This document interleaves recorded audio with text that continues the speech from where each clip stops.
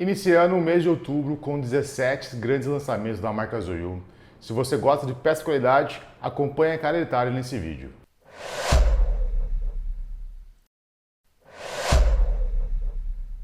Iniciando os lançamentos, a pedido de muitos, a Azul trouxe a trava da mangueira de combustível que serve diversos modelos de motos da marca Honda. Vamos deixar na descrição abaixo para você ver todos os modelos. O próximo lançamento é algo exclusivo que a Azul traz para o mercado, que é a chave de ignição com segredo. Hoje eles trazem no modelo ACG 150 2004-2008 Job Sport, mas eles têm a intenção de trazer para vários modelos de motos. Eles trouxeram essa chave de ignição para dificultar no roubo de motos, pois esse segredo é bem difícil de mexer, e isso para dificultar mais os roubos. Os próximos 3 lançamentos são da moto CB300 Twister 2023 a 2024 e são exclusivos, que são conjunto de travas, chave de ignição e também o estator. Como você pode ver, essa moto foi lançada recentemente e a Azul já está trazendo peças de reposição para o mercado. Outro lançamento também da família Twister, mas da CB250. Eles trazem o volante da CB Twister 250F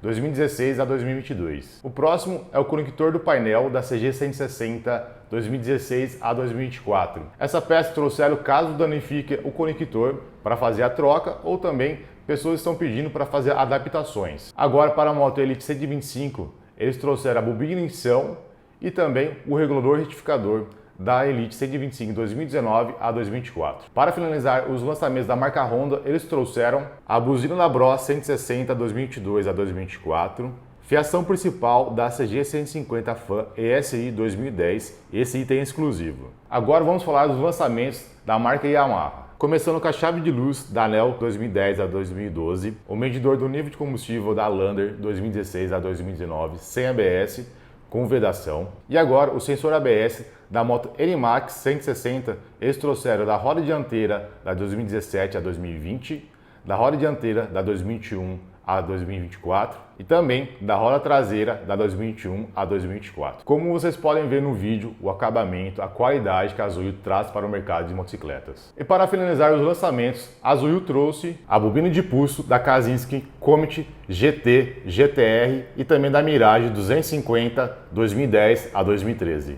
E esse foi o grande lançamento da marca Azul. A Azul tem diversas linhas de produtos na parte elétrica e eletrônica para motos. Se você quer ter peça de qualidade na sua oficina ou na sua motocicleta, a Azul é a marca certa para você.